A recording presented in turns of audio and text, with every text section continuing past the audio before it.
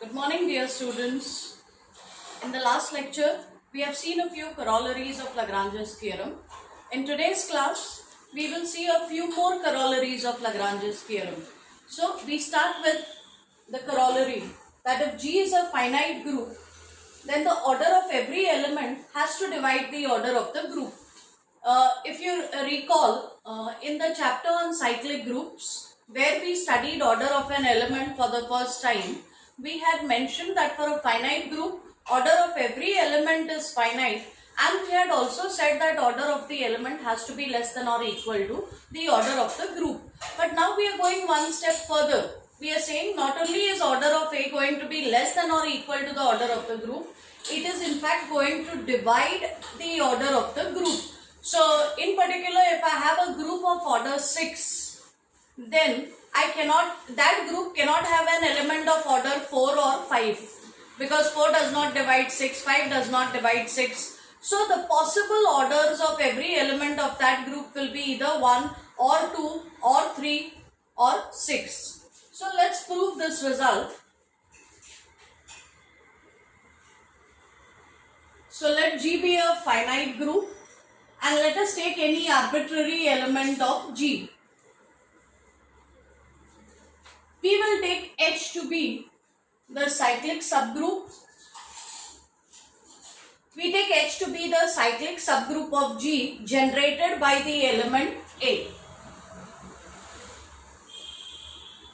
Now, because H is a cyclic group, order of the group has to be equal to order of the generator.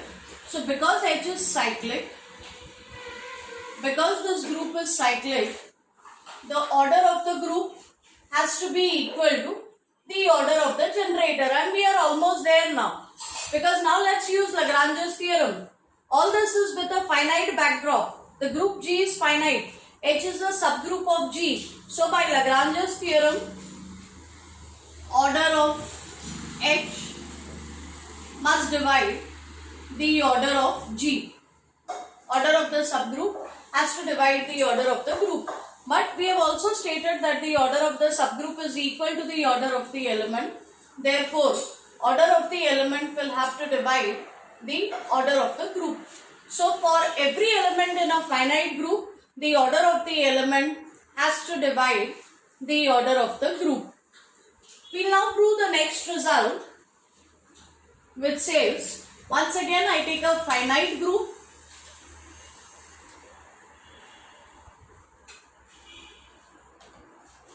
So, corollary 5. Let G be a finite group.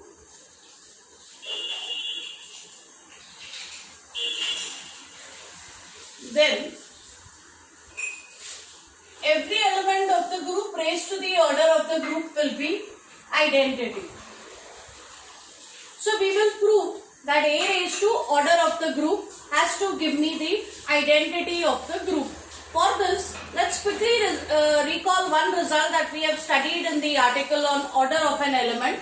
We had said that if the order of an element is n, suppose the order of an element is n, then A raised to some other power will give me the identity if and only if n divides this power, or n is a factor of this power, or if this power is a multiple of the order, then A raised to this power will give me the identity, and conversely. It's an if and only if result, so it works in both directions. So it also works this way. If the order of the element divides some integer, if the order of the element divides some integer, then A raised to that integer will also give me identity. So now I just use corollary 4. Corollary 4 tells me that order of A divides order of G. So by this result, because the order of the element is a divisor of the order of the group, therefore A raised to this integer should also satisfy the equation. So I get A raised to order of G equal to identity. So I am just making use of this result. As corollary 6, I had Fermat's theorem in mind.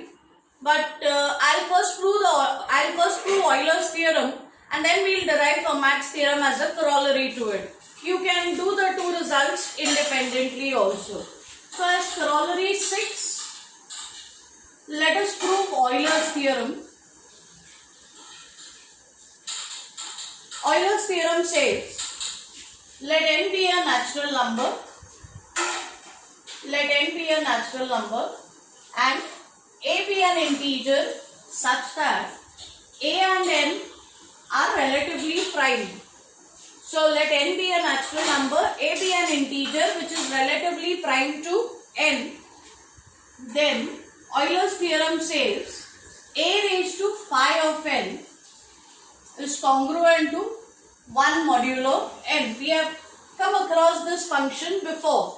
Phi of n is called as the Euler-Phi function, or it is also called as the totient function.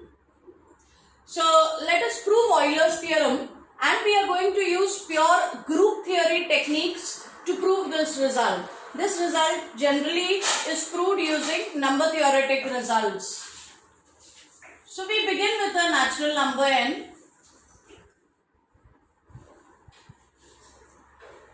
And we look at the group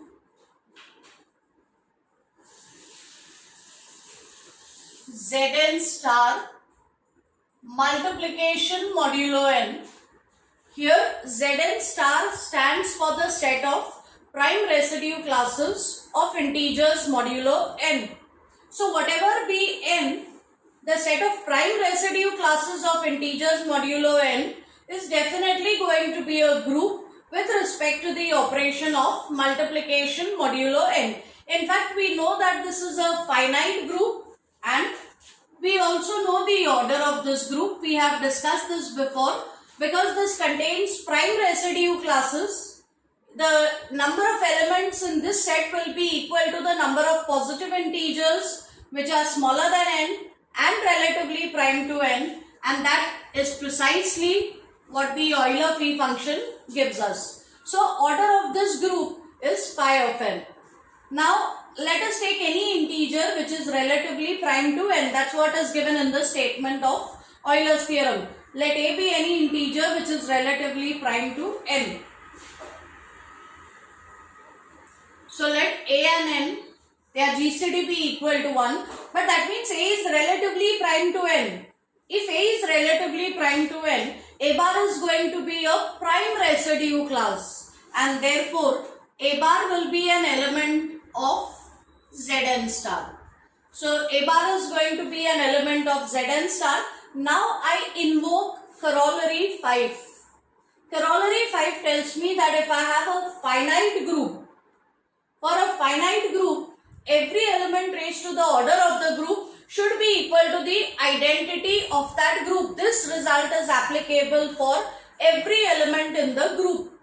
The only condition is that the group has to be finite. So here I have a finite group. I have an element of the group. So I use corollary 4, and by corollary 4 I get the element raised to order of the group. Element raised to order of the group has to be equal to the identity of this group. Now this is a group with respect to multiplication modulo n. So the identity of this group is 1 bar. So we get a bar raised to order of Zn star is equal to 1 bar. And now let's substitute for the order of Zn star. Order of Zn star is phi of n. So let's substitute.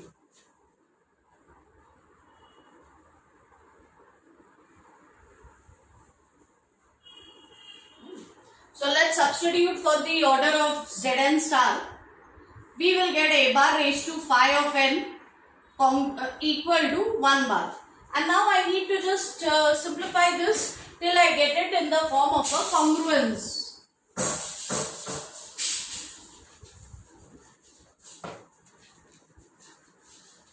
So we look at this equation, a bar raised to phi of n. Let's look at a bar square, for instance. When I write a bar square, I mean a bar multiplication modulo n a bar. And the way we have defined multiplication modulo n, it is the integer a multiplied by the integer a with the usual multiplication of integers, and then we take its equivalence class. So that becomes a into a first and then the equivalence class. So it is like a square bar. So it is as though the bar and the square can be interchanged. The same would apply for any other power also. So I use that here. So I will get a raised to 5 of n bar of this equal to 1 bar. So equivalence class of this element is equal to equivalence class of this element, and now I use certain properties of equivalence classes. Equivalence classes of two elements are equal, so it is like family of this element is equal to the family of this element. So this element has to belong to the family of this element. In case you have forgotten the properties of equivalence classes, go back to chapter 0. I have spent some considerable amount of time on these properties there.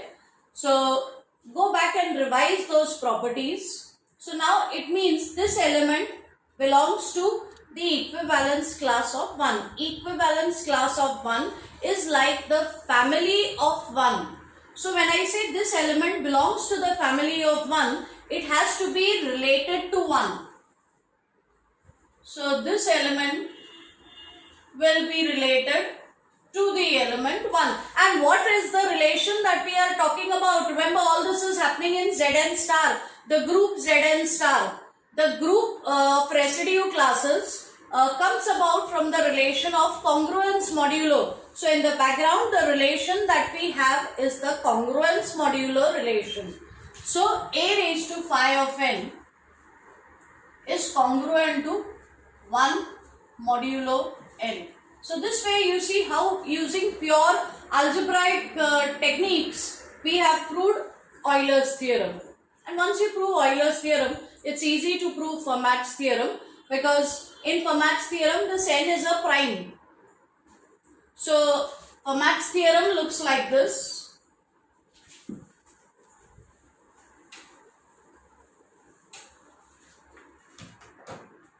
So in Fermat's theorem, the only change is that this number n is a prime. So let p be a prime and a be an integer such that a and p are relatively prime. Then a raised to p minus 1 is congruent to, actually it is also stated in the form a raised to p is congruent to a modulo p. So let me use the previous result. Instead of n, I have p. So the result is going to look like a raised to 5 of p congruent to 1 modulo p.